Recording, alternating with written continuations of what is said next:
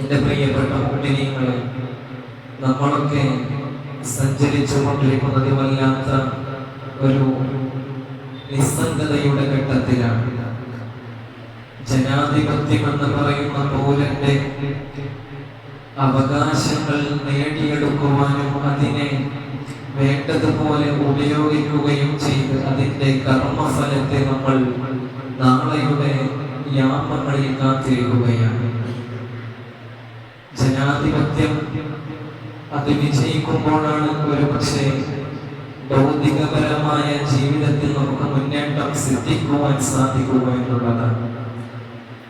Abraham Lincoln പറഞ്ഞു വെക്കുന്നത് തന്നെ ജനാധിപത്യം എന്ന് പറയുമ്പോൾ ജനങ്ങളായി ഭരിക്കപ്പെടുന്ന വ്യവസ്ഥയുടെ പേരാണ് ജനാധിപത്യം എന്നാണ്. അങ്ങനെ നമ്മൾ മനസ്സിലാക്കുമ്പോൾ അത് സാമൂഹ്യ സേവനമാണ്. അത് കേവലം ഒരു രാഷ്ട്രീയ പാർട്ടിയുടെയോ അല്ലെങ്കിൽ ഒരു സംഘടനയുടെയോ അതിന്റെ കീഴിൽ മാത്രം വരേണ്ടതല്ല. ഒരു മനുഷ്യൻ മറ്റൊരു മനുഷ്യൻ മനുഷ്യത്വം എന്ന് പറയുന്ന സംഗതിയുടെ പിന്നാമ്പുറങ്ങളിൽ സമ്മേളിക്കുന്ന പദമാണ് ജനാധിപത്യം. ഡോക്ടർ അംബേദ്കർ ഇന്ത്യയുടെ മതേതരത്വ മുഖവുമായി അങ്ങയുടെ കടയിൽ കടന്നു ചെന്ന് ലണ്ടനിലെ ജനങ്ങളോട് ഡിയർ ബ്രദേഴ്സ് എന്ന് അഭിസംബോധന ചെയ്യുമ്പോൾ അവർ മുഖത്തോട് മുഖം നോക്കി പറയുന്ന വാചകമുണ്ട്. ഏതോ ഒരു നാട്ടിൽ നിന്ന് കടന്നു വന്നിട്ട് ഞങ്ങളോട് ഞങ്ങളെ സഹോദരന്മാരാണ് എന്ന് അഭിസംബോധന ചെയ്യാൻ ഇയാൾക്ക് എന്ത് ധാർമ്മികതയാണുള്ളത് എന്ന് ഡോക്ടർ ബി.ആർ. അംബേദ്കറിന്റെ വാക്കുകളെ പരിഹസിച്ചുകൊണ്ട് അന്ന് ലണ്ടനിലെ മാധ്യമ പ്രവർത്തകർ കുറിപ്പെഴുതുകയുണ്ടായി. എന്റെ പ്രിയപ്പെട്ടവരെ, നമ്മൾ മനുഷ്യന്മാരാണ്. മനുഷ്യന്മാർക്കുള്ളിൽ നിറഞ്ഞു നിൽക്കുന്ന സൈദ്ധാന്തിക രൂപമാണ് മനുഷ്യത്വം. അതുണ്ടാകുമ്പോഴാണ് നമ്മൾ സാമൂഹ്യ നിർവൃത്തിയെ രൂപം കൊള്ളേണ്ടത്. അതിനെ പരിശുദ്ധമായ ഇസ്ലാം വളരെ മൂല്യമാണ് കൽപ്പിച്ചിട്ടുള്ളത്. അതുകൊണ്ട് നാളെയുടെ ദിനങ്ങളിൽ ഇലക്ഷന്റെ റിസൾട്ട് വരും. അത് ജയിക്കുന്നവരുണ്ടാവും, തോൽക്കുന്നവരുണ്ടാവും.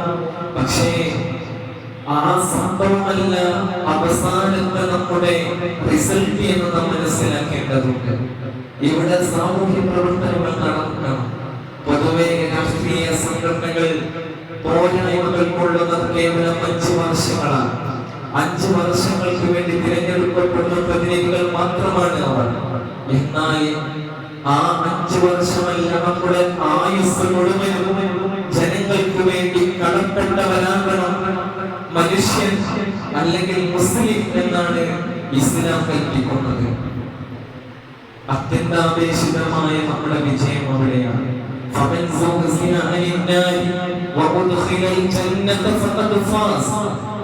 ആരെങ്കിലും നരകമെന്ന കടാക്ഷത്തെ ആ കടാക്ഷത്തിൽ നിന്ന് വിജയിക്കുകയും എന്നിട്ടോ സ്വർഗത്തിലേക്ക് പ്രവേശിക്കുകയും ചെയ്തവരാണ് അവരാണ് യഥാർത്ഥ പാസായവരെന്ന് അല്ലാഹു വിശുദ്ധമായി ഖുർആൻ പറയുന്നു.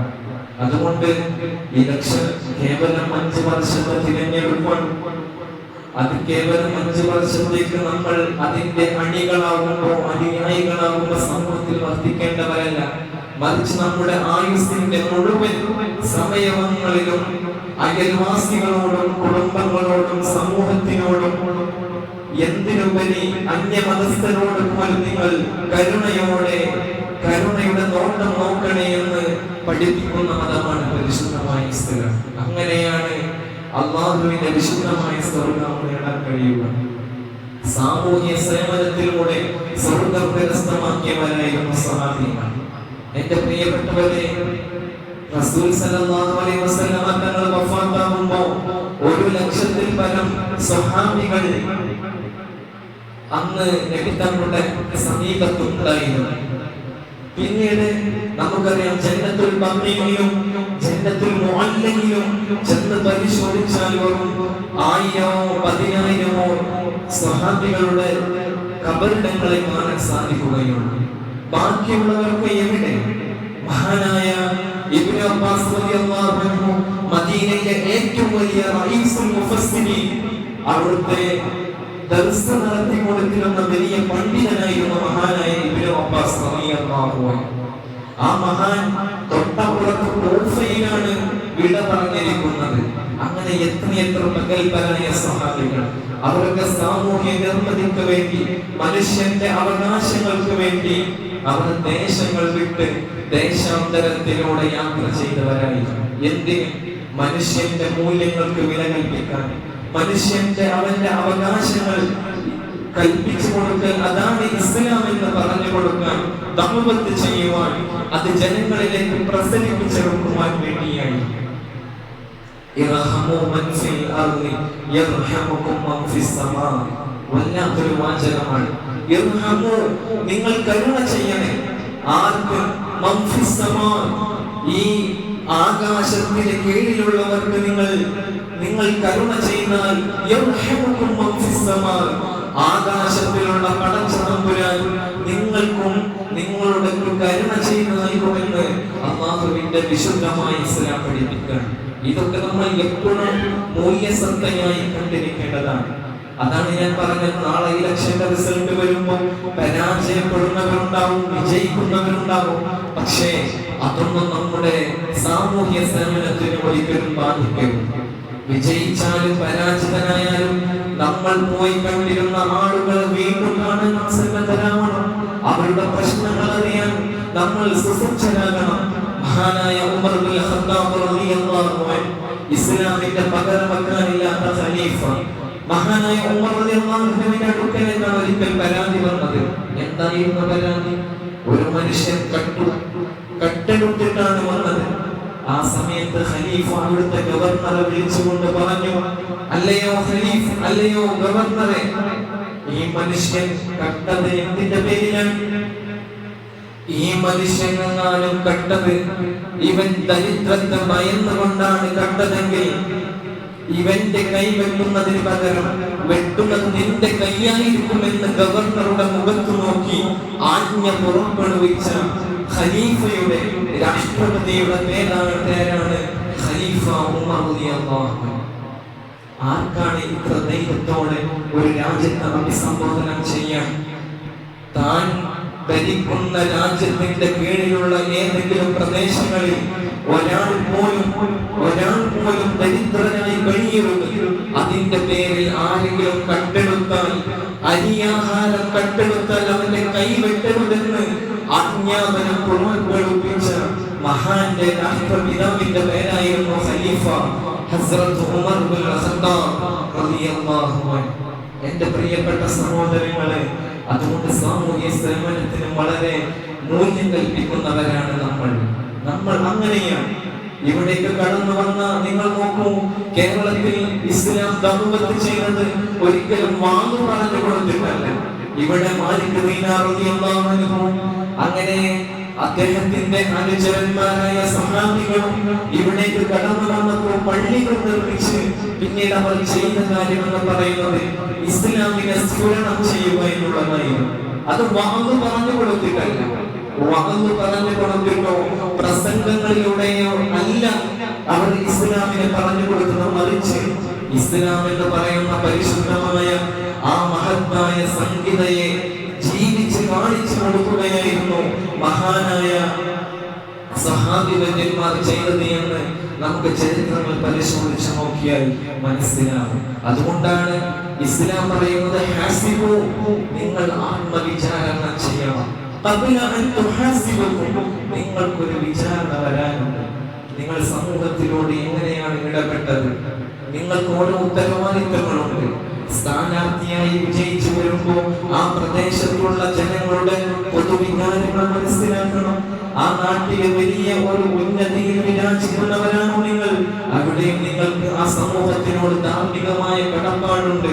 അല്ലെങ്കിൽ നിങ്ങൾ ഹാസിബു, അങ്ങനെയാണ് ഇസ്ലാം വിശേഷിപ്പിക്കുന്നത്. നിങ്ങൾ വിചാരണ ചെയ്യണേ.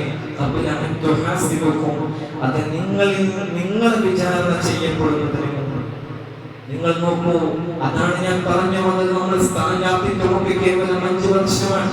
അത് കഴിഞ്ഞാലും ഇവിടെ സാമൂഹ്യ സേവനം അവസാനിക്കരുത്. സാമൂഹ്യ സേവനം അത്രത്തോളം പ്രാധാന്യമാണ്. ഒരിക്കൽ മഹാനായ പ്രവാചകൻ സല്ലല്ലാഹു അലൈഹി വസല്ലം തങ്ങൾ പറയുന്നുണ്ട്, നബി തങ്ങളുടെ അരികിലേക്ക് ജിബ്രീൽ അലൈഹിസ്സലാം കടന്നു വന്നിട്ട് അയൽവാസിയുടെ പ്രാധാന്യം ഇങ്ങനെ പറഞ്ഞ് അവസാന നബി തങ്ങൾ പറയുകയാണ്, ഞാൻ ഭയപ്പെട്ടു പോയി, അഥവാ എന്റെ അനന്തരാവകാശം പോലും ഞാൻ മരണപ്പെട്ടാൽ അത് അയൽവാസിക്ക് കൂടി ബാധ്യതയാകേണ്ടി വരുമോ എന്ന്. അത്രത്തോളം മൂല്യങ്ങൾ അവരെ പരിചരിക്കണം, അവരെ സഹായിക്കണമെന്ന് എന്നോട് ജിബ്രീൽ അലൈഹിസ്സലാത്തു വസ്സലാം തുടരെ വസിയത്ത് ചെയ്തുകൊണ്ടിരുന്നു എന്ന് മഹാനായ അഷ്റഫുൽ ഖൽഖ് മുഹമ്മദ് മുസ്തഫ. ഒരു അയൽവാസി നോക്കൂ നിങ്ങൾ, ഇസ്ലാമിന്റെ കൾച്ചർ മൊറാലിറ്റി എത്ര സുന്ദരമാണ്. അയൽവാസിയെ എണ്ണപ്പെടുന്നത് പോലും അവന്റെ വീട് നിൽക്കുന്ന ആ കേന്ദ്ര ബിന്ദുവിൽ നിന്ന് 4 ഭാഗത്തേക്കും പരന്നു കിടക്കുന്ന 40 വീടുകളാണെന്ന് അഷ്റഫുൽ ഖൽഖ് മുഹമ്മദ് മുസ്തഫ സല്ലല്ലാഹു അലൈഹി വസല്ലം. എന്നിട്ട് പറയുന്നുണ്ട്, ഇവിടെ തന്നെ അയൽവാസിയെ 3 വിധേനയാണ് ആക്കിയിട്ടുള്ളത്. ഒന്നാമത് മുഅ്മിനായ കുടുംബക്കാരനായ അയൽവാസി ഉണ്ടായിരിക്കണം. രണ്ടാമത് മുഅ്മിനായ കുടുംബക്കാരൻ അല്ലാത്ത അയൽവാസി ഉണ്ടായിരിക്കണം. മൂന്നാമത് കുടുംബക്കാരനും മുഅ്മിനുമല്ലാത്ത അയൽവാസി ഉണ്ടായിരിക്കാം. ഇവരെല്ലാവരും നിനക്ക് ഒരുപോലെയാണ്.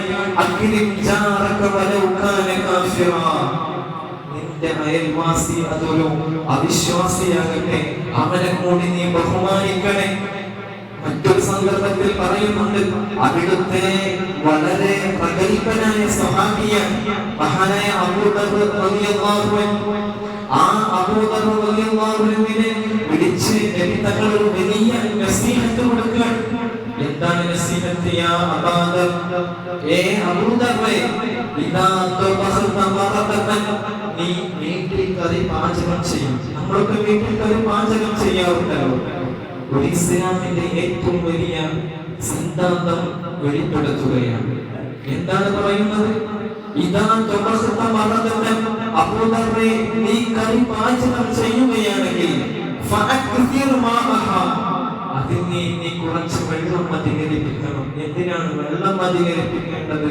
വതആഹദ ജീറാനക, നിന്റെ സമീപത്ത് താമസിക്കുന്ന അയൽവാസിക്ക് കൂടി ആ കറിയിൽ നിന്ന് അല്പം കൊടുക്കാൻ വേണ്ടി നീ പാചകം ചെയ്യുന്ന സുഭിക്ഷമായ ആ കറിയിൽ വെള്ളം അധികരിപ്പിക്കണേ അബൂ ദർ എന്ന് അഷ്റഫുൽ ഖൽഖ് മുഹമ്മദ് മുസ്തഫ സല്ലല്ലാഹു അലൈഹി വസല്ലം തങ്ങൾ സാമൂഹ്യ സേവനത്തിന്റെ ഏറ്റവും വലിയ കവാടങ്ങൾ ഇങ്ങനെ തുറന്നു കൊടുത്തിട്ടുണ്ടെന്നെ ലോകത്തോട് അഭിസംബോധന ചെയ്യാൻ.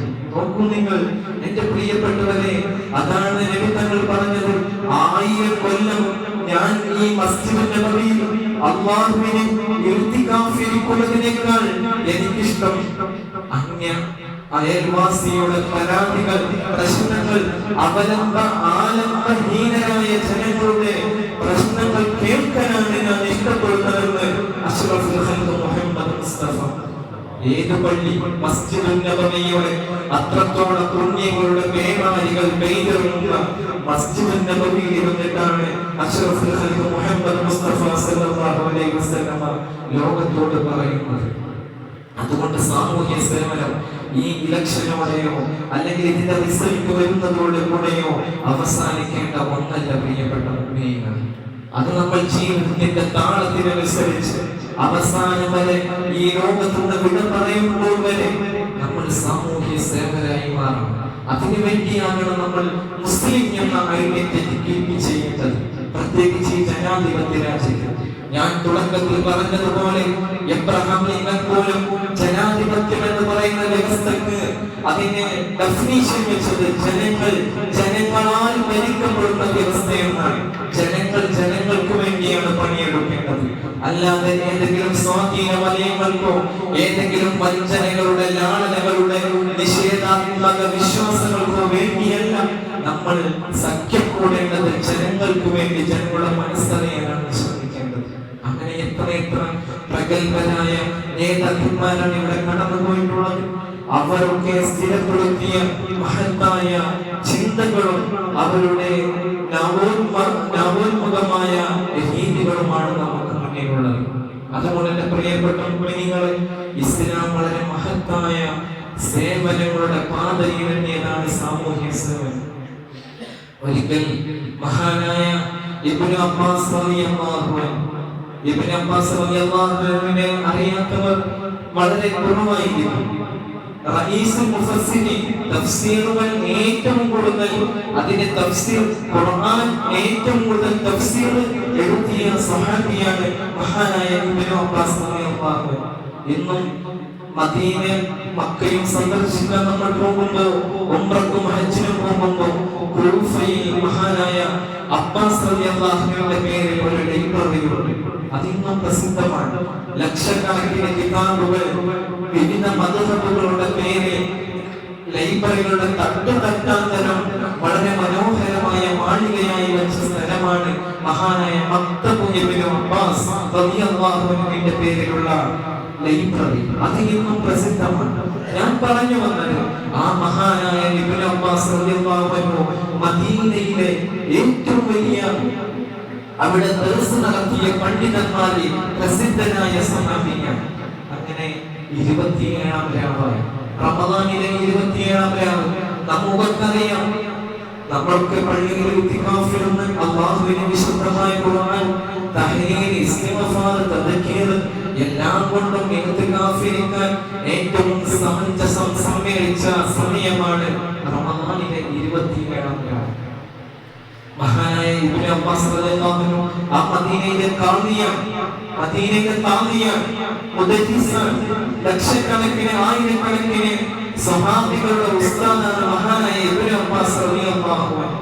അങ്ങനെ 27-ാം രാവിന്റെ രാത്രി ഇശാ നമസ്കാരം കഴിഞ്ഞ ജനങ്ങളെല്ലാം സ്വഫായി മദീന പള്ളിയിൽ വന്നിരിക്കുക. എന്തിനു വേണ്ടി? മഹാനായ ഇബ്നു അബ്ബാസ് റളിയല്ലാഹു അൻഹുവിനോടൊപ്പം ഞങ്ങൾക്ക് തഹ്ലീൽ ചൊല്ലി, ഇസ്തിഗ്ഫാർ ചൊല്ലി, തൗബ ചെയ്ത് അല്ലാഹുവിന്റെ പുണ്യം കരസ്ഥമാക്കാമല്ലോ എന്ന ആ മഹത്തായ അഭിലാഷത്തോട് വന്നിരിക്കാൻ. അങ്ങനെ രാത്രി 12 മണിയായി. 12 മണി, രാത്രിയുടെ ഏറ്റവും ഉച്ചസ്ഥലം പ്രഖ്യാപിക്കുന്ന 2 മണി. അങ്ങനെ ദൈർഘ്യമേറിയ സമയമായപ്പോ മഹാനായ ഇബ്നു അബ്ബാസ് റളിയല്ലാഹു അൻഹു ഇങ്ങനെ കടന്നു വരികയാണ്. അങ്ങനെ കടന്നു വന്നപ്പോ മഹാനായ ഇബ്നു അബ്ബാസ് റളിയല്ലാഹു അൻഹു ഇങ്ങനെ സ്വഫായി ഇരിക്കുന്ന, ഇതുപോലെ ആയിരക്കണക്കിന് സ്വഹാബികൾ ഇങ്ങനെ സ്വഫായി ഇരിക്കുന്ന ഈ സന്ദർഭത്തിൽ, ഇരിക്കേണ്ട സന്ദർഭത്തിൽ ഒരു മനുഷ്യൻ ഇങ്ങനെ കടന്നു വന്നിട്ട് മഹാനായ ഇബ്നു അബ്ബാസ് റളിയല്ലാഹു അൻഹുവിന്റെ കാതിൽ എന്തോ സ്വകാര്യം പറഞ്ഞു. ഇരിക്കുന്നതിന് മുമ്പ് തന്നെ മഹാനായ ഇബ്നു അബ്ബാസ് റളിയല്ലാഹു അൻഹു ആ മനുഷ്യന്റെ പിറകിൽ പോവുകയാണ്. അങ്ങനെ പിറകു പോയി. അങ്ങനെ ഈ ഇത്രത്തോളം നേരം മഹാനായ ഇബ്നു അബ്ബാസ് റളിയല്ലാഹു അൻഹുവിനോടൊപ്പം തൗബ ചെയ്യാൻ, ഇസ്തിഗ്ഫാർ ചെയ്യാൻ, തഹ്ലീൽ ചൊല്ലാൻ സമ്മേളിച്ച ഈ ആയിരക്കണക്കിന് സ്വഹാബികൾ അക്ഷമരായി ഇങ്ങനെ നിൽക്കുന്ന അവസ്ഥയിൽ പോയപ്പോ, പ്രിയപ്പെട്ടവരെ, സുബ്ഹി ബാങ്ക് കൊടുക്കുന്നത് വരെയും ഇബ്നു അബ്ബാസ് റളിയല്ലാഹു അൻഹു പിന്നീട് തിരിച്ചു വന്നിരുന്നു. സുബ്ഹിയുടെ അല്പം മുമ്പ് ഇങ്ങനെ ഇബ്നു അബ്ബാസ് റളിയല്ലാഹു അൻഹു ഇങ്ങനെ കടന്നു വന്നത് കണ്ടപ്പോ സ്വഹാബികൾ ചോദിച്ചു, യാ ഇബ്നു അബ്ബാസ്, അല്ലയോ മഹാനായ ഇബ്നു അബ്ബാസ്, നിങ്ങൾ എവിടേക്കാണ് പോയത്? ഞങ്ങൾ നിങ്ങളോടൊപ്പം തൗബ ചെയ്യാൻ, നിസ്കരിക്കാൻ, ഇസ്തിഗ്ഫാർ ചെയ്യാൻ, തഹ്ലീൽ ചൊല്ലാൻ വേണ്ടി സമ്മേളിച്ചവരായിരുന്നു. അതിനിടയ്ക്ക് നിങ്ങൾ എവിടേക്കാണ് പോയതെന്ന് പറഞ്ഞപ്പോൾ മഹാനായ ഇബ്നു അബ്ബാസ് റളിയല്ലാഹു അൻഹു അവരോട് പറഞ്ഞു കൊടുത്ത മറുപടിയുണ്ട്. പ്രിയപ്പെട്ട ജനങ്ങളെ, ഞാൻ പോയത് ഒരു മനുഷ്യൻ എന്നെ അന്വേഷിച്ച് ഇവിടെ വന്നിരുന്നുവല്ലോ. ആ മനുഷ്യന്റെ അടുത്ത ബന്ധു ഈ ലോകത്ത് നിന്ന് മരണപ്പെട്ടതായിരുന്നു. ആ മനുഷ്യൻ അറിയില്ല എങ്ങനെയാണ് കഫൻ ചെയ്യേണ്ടത്, എങ്ങനെയാണ് ആ മനുഷ്യനെ കുളിപ്പിക്കേണ്ടത്, അവന്റെ മരണാന്തര ചടങ്ങുകൾ എങ്ങനെയൊക്കെയാണ് എന്ന് അറിയാത്ത മനുഷ്യനാണ് പോയാൽ. അതുകൊണ്ട് ഈ 27-ാം രാവിന്റെ പുണ്യമായ രാവിലും ഞാൻ നിങ്ങൾക്കിടയിൽ അല്ലാഹുവിൽ ഇബാദത്ത് ഒഴുകുന്നതിനേക്കാൾ ഞാൻ ഇഷ്ടപ്പെട്ടത് ആ മനുഷ്യന്റെ പ്രശ്നങ്ങൾ പരിഹരിച്ചു കൊടുക്കാനായിരുന്നുവെന്ന് മഹാനായ റഈസുൽ മുഫസ്സിരീൻ ഇബ്നു അബ്ബാസ് റളിയല്ലാഹു അൻഹു പറയുന്നു. അതുകൊണ്ട് എന്റെ പ്രിയപ്പെട്ട മുഅ്മിനീങ്ങളെ, വളരെ മൂല്യമേറിയ സംഭാവനകളാണ് നമ്മൾ സാമൂഹ്യ സേവനത്തിന് ഇസ്ലാം കൽപ്പിക്കുന്നത്. യർമൂക്ക് യുദ്ധം ഇസ്ലാമിൽ വളരെ പ്രസിദ്ധമായ യുദ്ധമാണ്. യുദ്ധം അവസാനിച്ചു. കേവലം എല്ലാ യുദ്ധങ്ങളും അവസാനിക്കുന്നത് പോലെ ശത്രുപക്ഷത്തും സൈന്യപക്ഷത്തും കൊല്ലപ്പെടുന്നവരുണ്ടാകാം, അവസാന ശ്വാസം വെടിക്കുന്നവരുണ്ടാകാം. അങ്ങനെ യർമൂക്ക് യുദ്ധം അവസാനിച്ച് ഇങ്ങനെ പടത്തലവന്മാർ റോഡ് ചുറ്റുന്നതിനിടയിലാണ് മഹാനായ ഹാരിസ് റളിയല്ലാഹു അൻഹു ഒരു തുള്ളി വെള്ളത്തിന് വേണ്ടി ഇങ്ങനെ കെഞ്ചാൻ. ഒരു ഭാഗത്ത് മുറിവേറ്റ ശരീരവുമായി കിടക്കാൻ.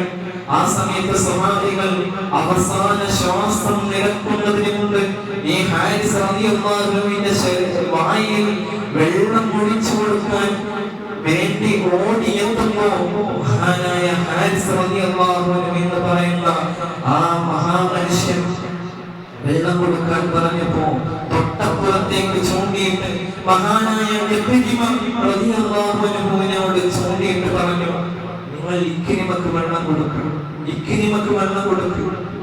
എന്റെ അവസ്ഥയല്ല, എന്നേക്കാൾ നിങ്ങൾ പരിഗണിക്കുക ഇക്രിമക്ക്.